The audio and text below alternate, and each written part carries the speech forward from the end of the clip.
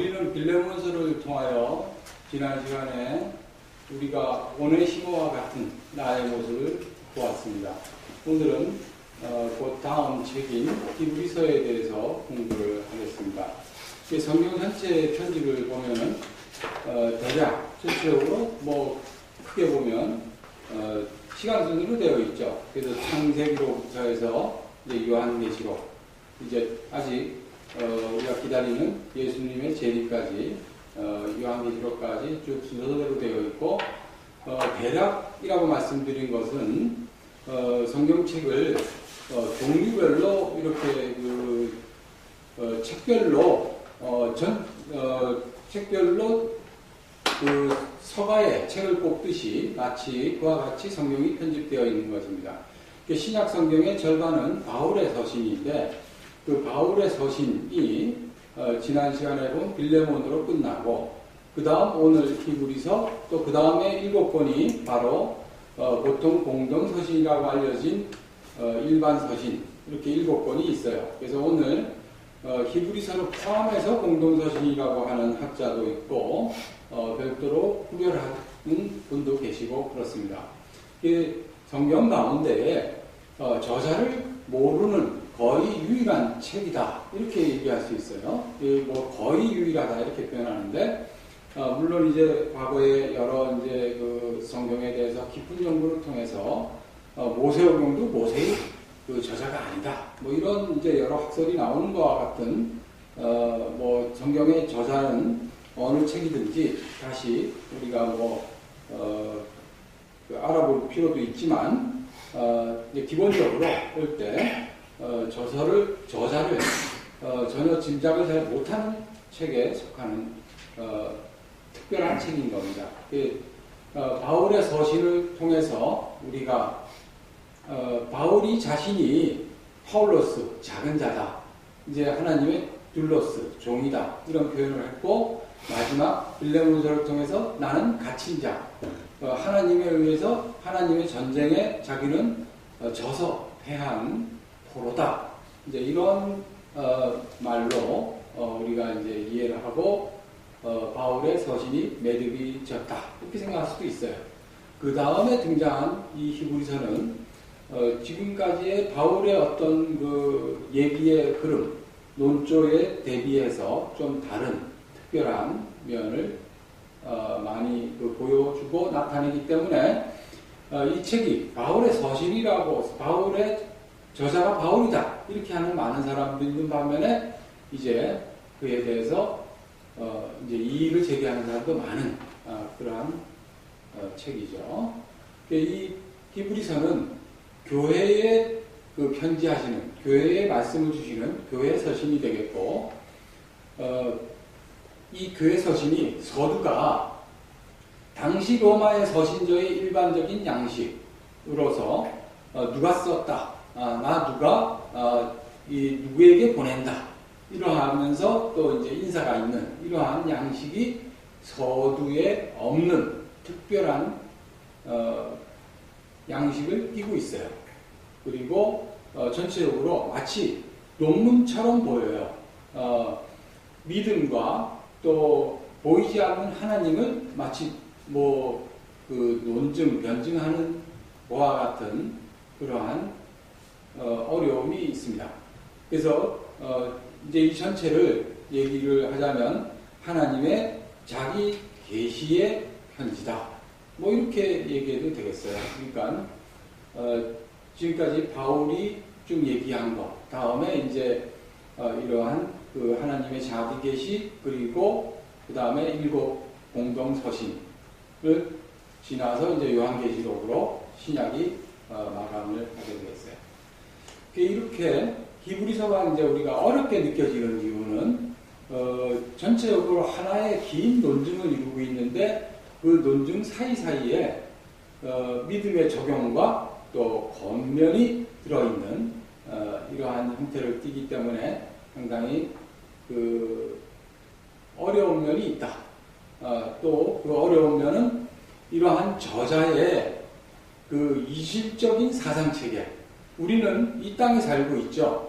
우리가 이제 가나안으로 들어가길 원하는 것처럼 천국의 백성, 하나님의 통치를 받는 백성이 되고자 하는 것이고 하나님의 생각을 우리가 알아가는 것이라고 할 때 그 하나님의 생각은 우리의 생각과 많이 차이가 있죠. 땅과 하늘이 차이가 있는 것과 같이 하나님의 생각은 우리의 지혜, 우리에게 허락된 모든 인지와 생각을 뛰어넘는 그러한 하나님의 그 생각의 그 체계를 가지고 논증을 하기 때문에 즉 우리가 평소에 느끼지 못하는 이질적인 논증법을 사용하기 때문에 어렵다. 우리는 그 실체를 눈에 보이고 손으로 만지고 오감으로 느껴야만 어느 것이 존재한다 하는데 하나님은 무소부재하시며 또 우리가 영이시기 때문에 우리 눈에 또는 우리 인지에 또 감각에 잡히지 않죠. 하나님의 그 생각과 깊이를 우리가 어찌다 알겠습니까? 그런데 그를 이제 나타내시고 드러내시는 즉 계시하시는 것입니다. 우리 현대의 그리스도인들은 자본주의 체계에 살면서 갈수록 과거에 비해서 더 치열하고 더 여유가 없어지는, 안식이 없어지는, 숨쉴 틈이 없어지는 그러한 삶을 살고 있어요.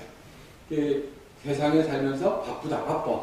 왜 바쁜지, 잠시 돌아볼 틈도 없이 바쁘고, 그 안에서 과거에 비해서 더 자기를 성찰하고 하나님의 말씀을 마음에 담는 것에 더 여유가 없습니다. 쉬운 말로 하나님께 대해서 더 무식한 것입니다. 아는 만큼 보인다는 말씀이 있죠. 하나님에 대해서 아는 바가 없다 보니 하나님의 말씀을 읽어도 이것이 겉돌게 될 수밖에 없습니다. 우리가 또 최근에 유행 몇 년 됐지만 유행 중에 하나는 성경 통독. 그래서 성경을 한 번 읽기가 얼마나 어렵습니까? 어려우니까 소리를 내서라도 한번 읽어보자. 그래서 소리를 내서 쭉 읽어요. 그러면 며칠 만에 다 읽었기 때문에 내 입으로 한 글자 빼지 않고 읽었으니까 나 성경 다 읽었어. 이러한 업적주의로 성경을 봤는데 그것을 다 읽고 난 결과 무엇이 유익한 겁니까? 그럼 자기 가문의 성경 통독 1회, 이제 가문의 영광이 되겠죠. 또 2회, 3회, 500회 실시, 1000회 실시 했다고 그 말씀이 알게 됩니까? 또는 그렇게 소리로 내서 읽었더니 물증이 안 남더라. 그래서 성경을 복사를 합니다. 썼더니 그 성경 말씀이 내 마음에 새겨졌습니까? 그것도 나의 믿음의 물증이다 하면서 내놓는 자기 업적의 어떤 그 치부는 뭐라고 표현하기 적절할지 잘 모르겠습니다. 그 열심을 비난하지는 않습니다. 우리는 그러한 열심을 통하여서도 하나님의 마음을 조금씩 더 알아가는 것이고 완전히 아는 건 아니죠. 그러한 열심을 우리는 거치게 되어 있습니다. 성경을 전체를 필사를 못했다고 해서 아쉬울 것도 없고 필사를 12번 했다고 해서 그만할 것도 없고 그냥 우리가 그것은 그냥 믿음의 한 표적. 네, 좋습니다.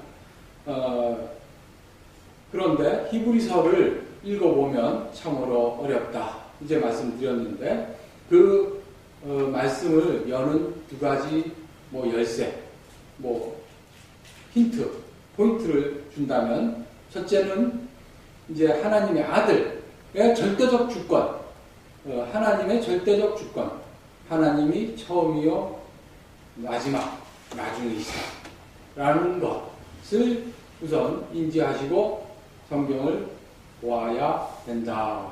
이런 얘기고요. 또 하나는 이 성경 히브리서의 그 말씀을 풀어주는 그 논증 방식이 히브리적이라는 것입니다. 그러니까 우리와 조금 다른 이러한 논증 방식을 취하고 있어요. 그것은 예를 들어서 쉽게 표현하자면 A가 확실하다.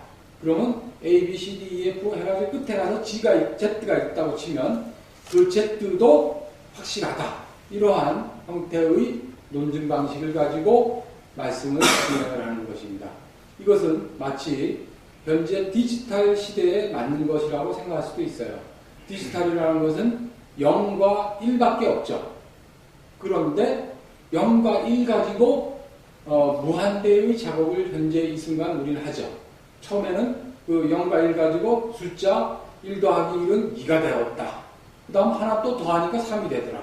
이렇게 하나, 둘, 셋 하다가 그것을 무한히 더하면 무한대의 숫자도 되기도 하고 또 그걸 코드로 만들어서 했더니 텍스트가 되고 또 그것을 그림으로 나타내고 현재 우리가 그 컴퓨터를 만들었는데 그것이 손 안에 들어와서 스마트폰이 되고 그것을 모두 디지털 기술이라고 하는데 그것은 0과 1이죠. 0과 1을 알면 오늘날의 디지털이 되는 것입니다. 디지털 기기. 이제 그것이 이제 스마트폰을 넘어서 우리가 만물과 교통한다. 이러한 지경에 이르렀어요.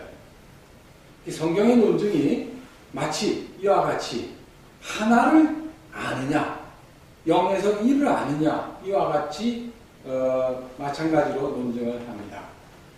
우리의 일상의 논증과 다른 형태의 논증으로 이 말씀을 풀어가기 때문에 좀 우리가 보기에 그 어떤 논리적 비약이 있는 거 아니냐, 이와 같이 하는데 그것이 이제 선포다, 이렇게 이해하시면 되겠어요.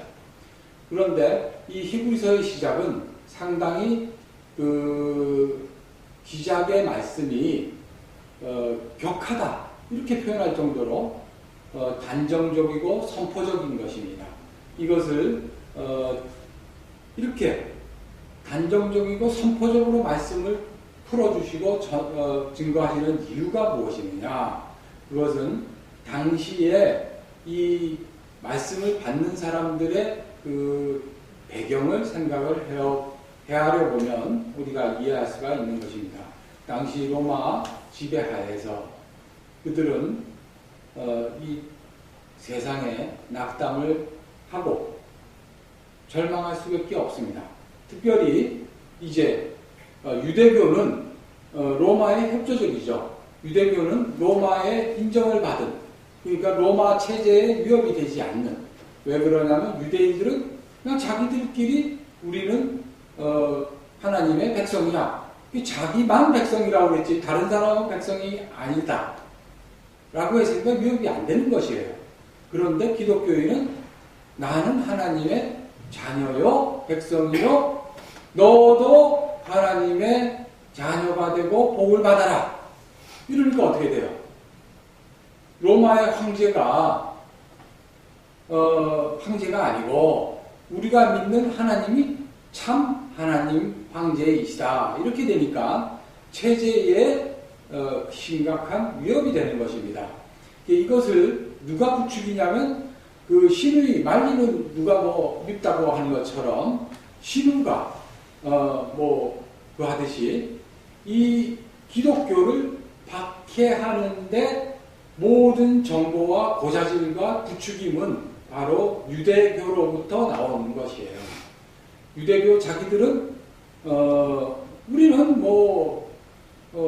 너희들한테 위협될 거 없고 우리는 하나님의 백성이야. 근데 너희들은 그런 거 알 바 없고 단지 우리는 세상에 위협이 안 되고. 그런데 문제는 유대교한테 이 기독교가 위협이 되는 것이에요. 왜냐하면 기독교는 같은 그 배에서 나왔는데 같은 그 토양을 가지고 있는데 뭐가 다른 것입니까? 딱 하나. 예수라는 한 청년이 공생애라고 하는 활동을 하고 그 다음에 십자가에서 죽었는데 저주를 받아 죽은 그가 이제 다시 살아났어 바로 우리의 구주다, 우리의 하나님이다라고 주장하는 기독교가 있는 것입니다. 그들과 유대교는 다르죠. 같은 배경을 가지고 같은 구약 성경을 가지고 있는데 이제 새로 등장한 기독교는 너희는 뭘 몰라.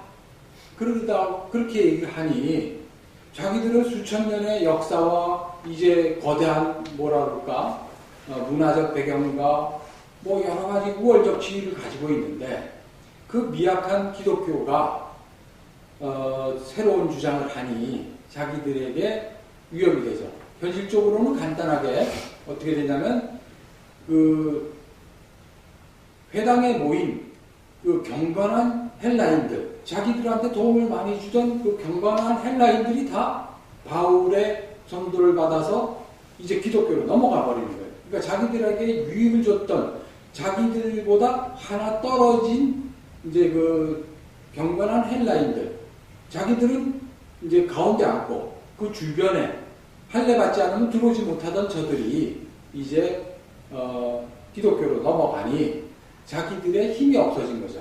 그러다 보니까 이제 적대적으로 본격적으로 나서게 되는 것입니다. 이러한 이유 등으로 이제 본격적으로 기독교인들은 박해를 받기 시작했고 믿음의 끝이 보이지 않을 때에 낙담할 수밖에 없습니다. 그들에게 이제 응원의 말씀을 주시는 것이 바로 오늘의 히브리서인 것입니다. 그런데 이 히브리서는 성경의 구약과 또 하나님 마음을 알아야 통달할 수 있다. 와 같이 우리가 그 말씀에 더 깊이 들어가야 되는 것입니다. 이 당시에 이 믿음의 백성들을 이끄는 사도들, 말씀을 증거하는 사도들은 그러한 자기들의 그 믿음의 사람들을, 형제들을 볼 때 하나님의 말씀으로 저들을 더 강건케 하며 붙잡으며 배교의 길로 가지 않게 하는 더 큰 책무를 느낄 수밖에 없습니다. 오늘 말씀의 제목이 히브리서죠. 성경책 이름이 히브리서예요. 그 히브리란 말은 건너온 자죠. 언제 건너왔습니까? 애굽에 살다가 이제 하나님께서 낭창 들어서 독수리 날개로 들어서 광야에 떨어뜨리셨어요. 광야에 던졌더니 눈에 보이는 거 뭡니까? 좋은 게 하나도 없죠. 절망만 눈앞에 보이는 상황인 거예요.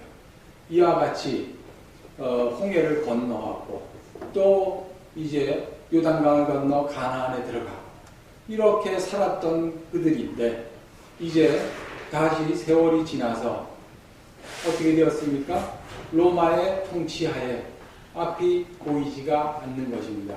절망밖에 눈에 보이지 않는 이러한 상황에서 세상의 모순은 해결되지 않고 이럴 때 그들에게 이제 하나님의 말씀이 떨어지는 것입니다.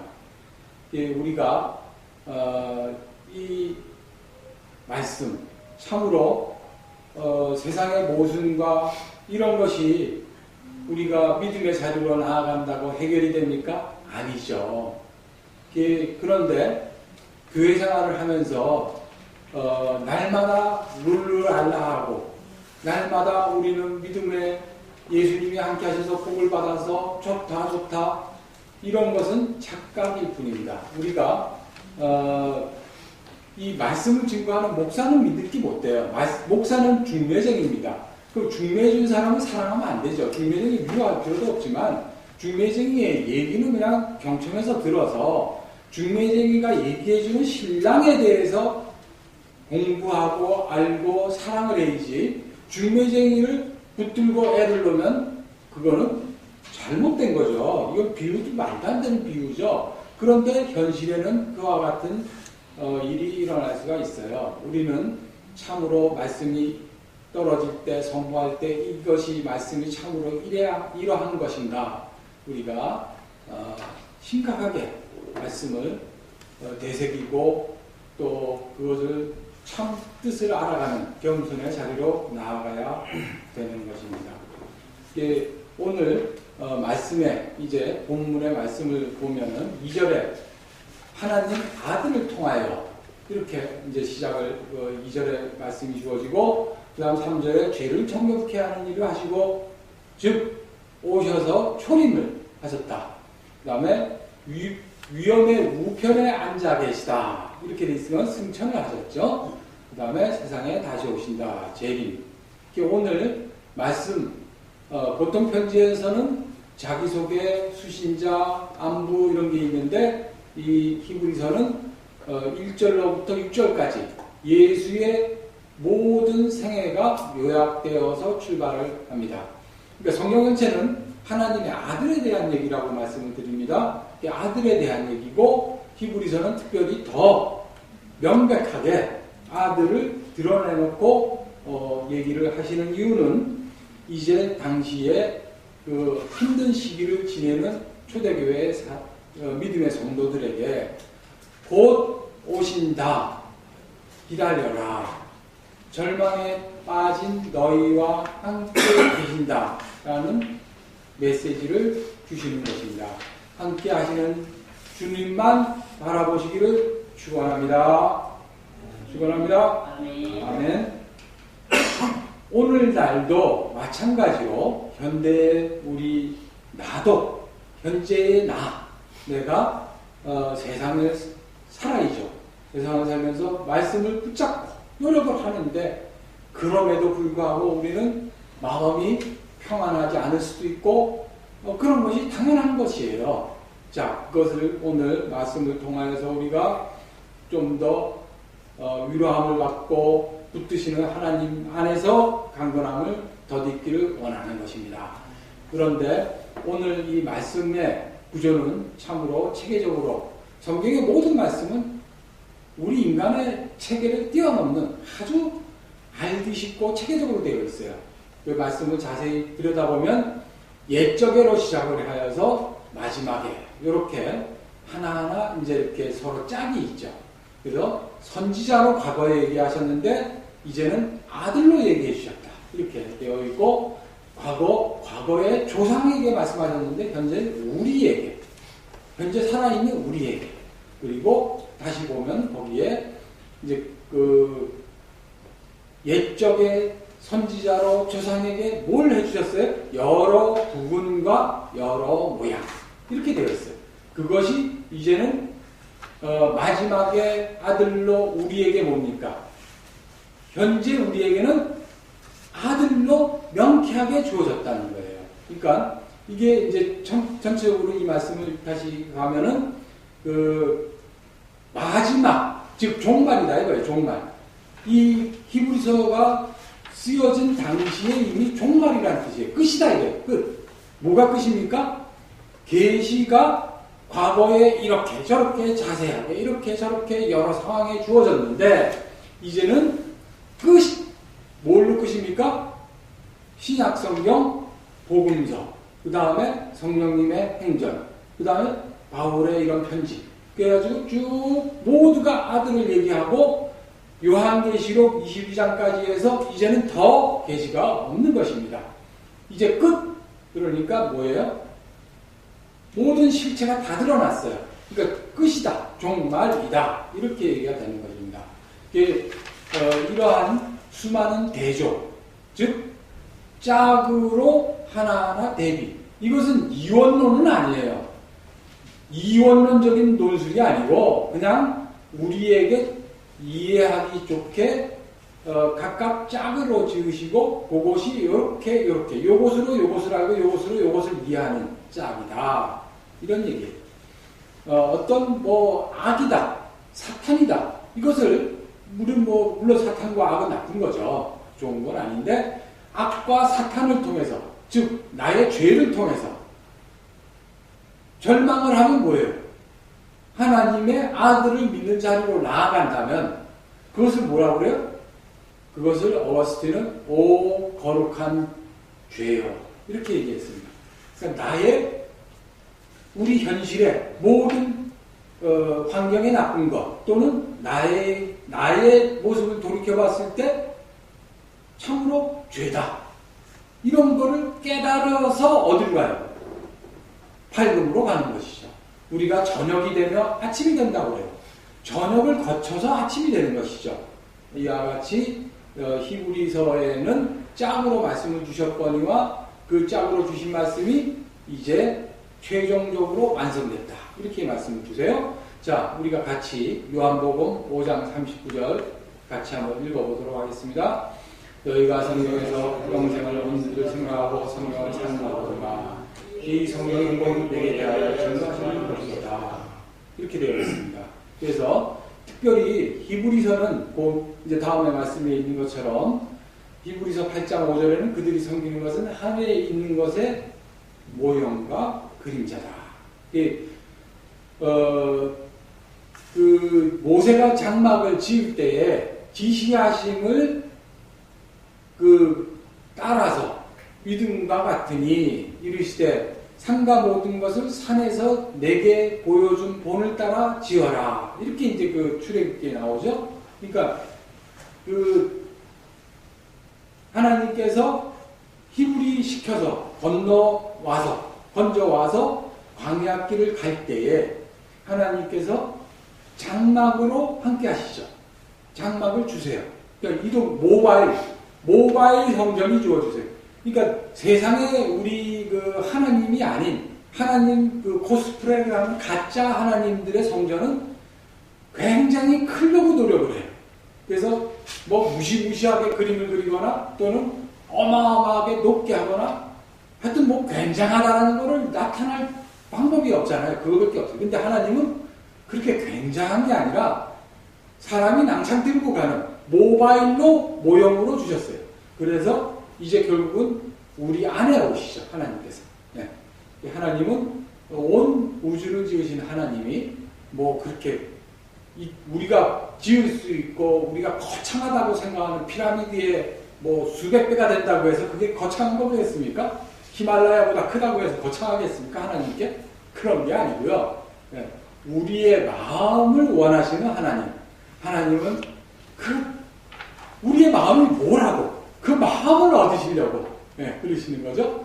자, 로마서 3장 21절 이제 또 곧 같이 읽어보도록 하겠습니다. 이제는 율법 외에 오늘 이것이 끊어졌네요. 이제는 율법 외에 하나님의 한 의가 나타났으니 율법과 선지자들에게 증거를 받은 것이라. 이렇게 이제 로마서에 바울의 얘기가 있는데요. 과거에 모형으로 주어졌다. 이제 그걸 타이폴로지라고 하는데 모형으로 주어진 것은 마치 아파트 광고가 우리 집에 신문지에 이렇게 왔어요. 그러면 그 광고지에 어떤 조감도나 이런 게 있잖아요. 그거를 본 것과 이제 나중에 자기가 계약을 하고 완공이 되어서 입주를 해서 사는 것과 그 차이가 있잖아요. 우리가 그 광고를 보면서 꿈을 꿨기 때문에 큰 돈을 지불해서 집을 사고 그러는 거 아니에요? 그 들어가서 사는 것이 현실이지. 그 과거에 자기의 광고지를 보면서 붙들고 감격하고 울고 그러면은 그걸 뭐라고 그럽니까? 그거는 어리석고 우스운 거죠. 네. 그와 같이 이제는 아들이 우리에게 주어진 것입니다. 구약이 이제 밝히 드러난 것이죠. 신약은 구약의 증거로, 신약은 구약의 증거고, 신약을 통해서 구약을 우리가 이해할 수 있고, 구약은 또 신약을 증거하는, 입증하는 증거가 되는 것입니다. 이 구약의 어떤 그림자와 같은 내용이 없는 사람의 그림자를 보고 사랑하지는 않죠. 그림자의 실체를 보고 사랑하는 거예요. 신약의 그 실체가 나타났다. 이 히브리서는 그렇게 얘기하는 겁니다. 히브리서에서 9장에서 이제 나중에 보면 그리하면 그가 세상을 창조할 때부터 자주 고난을 받았어야 할 것이로되 이제 자기를 단번에 제물로 드려 죄를 없이 하시려고 세상 끝에 나타나셨느니라. 그 다음에 9장 27절이 우리가 즐겨 암송하는 한 번 죽는 것은 사람에게 정하신 것이요 그 위에는 심판이 있으니. 우리가 전도할 때 당신도 죽어요. 나도 죽고 한 번 죽는 것은 사람에게 정해진 것이고 그걸로 끝이 아니라 심판이 있다. 이렇게 해서 이제 전도할 때 가장 강력한 무기가 되는 말씀이 히브리서 9장 27절인데 그 27절 말씀 바로 앞에 26절의 말씀은 바로 예수께서 단번에 죄물로 들여서 죄를 없이 하시려고 세상 끝, 아까 종말이라고 했죠? 2000년 전에 이미 종말이 이루어진 거예요. 종말에 나타나셨다.